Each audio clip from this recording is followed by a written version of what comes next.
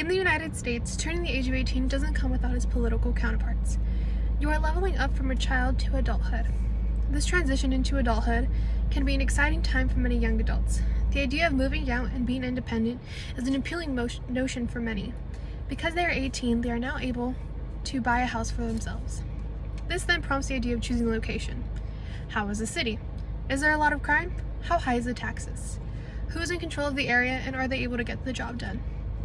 These questions demonstrate how even the smallest forms of government can affect how and where we live our lives. When a U.S. citizen turns 18, they are not only able to buy a house, but they are able to buy a lottery ticket, get a tattoo, and vote. Voting has been an essential part of our country's democracy since it was first established. Knowing how the voting system works and the importance of our vote as a young adult can help us make stronger decisions when it comes to checking off a name on the ballot. My purpose for my speech is to inform you guys on the significance of how voting can affect us as individuals.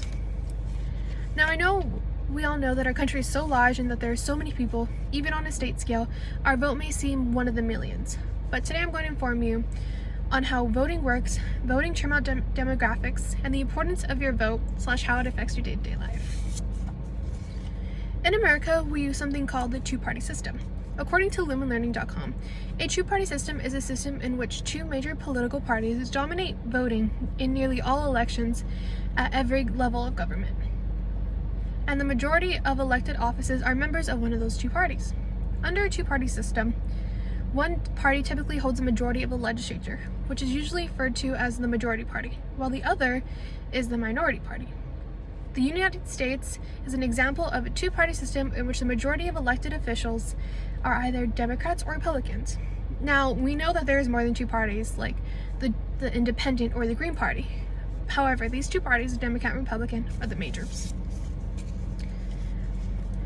When you are voting in an election, we use something called the Electoral College. The Electoral College was first established in 1788 by Article 2 of the U.S. Constitution, says procon.org.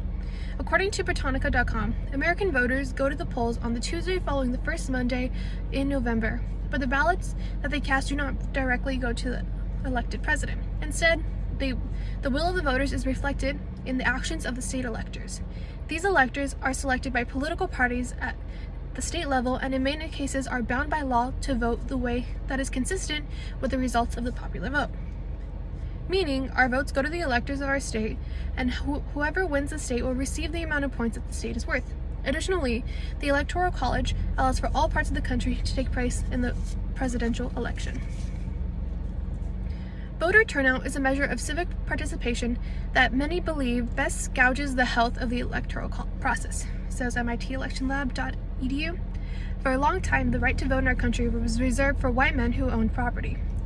After the Voting Rights Act of 1965 and an addition of amendments, minorities were finally able to vote after decades of repression. Despite this, there is still a gap in minority vote and white voters. Why is that? Well, one contributing factor could be voter ID laws. According to AmericanBar.org, voter ID laws are underlying racial biases that prevent minorities from engaging in active democratic participation. These requirements compel an individual to present his or her ID in order to cast a ballot on election day. Obtaining an ID can be costly and requires an individual's birth certificate, which may be burdensome for those who either aren't citizens or cannot afford it. Additionally, the site says it is far more difficult for members of minority communities to be able to locate polling locations on election day. Only 5% of white survey respondents reported that they had trouble finding polling locations, compared to 15% of African Americans and 14% of Hispanics respondents. Because of this, not everyone's voices were heard, which can lead to lack of representation. When a person does not vote, they do not contribute their ideas to something that could affect them directly. Voting can be electing a president or picking a school treasurer. It can be picking a district leader or a school board member. Luckily for us, we have the availability of technology, which can tell us where to vote and what is on the ballots. We can research propositions and make our decisions with more confidence.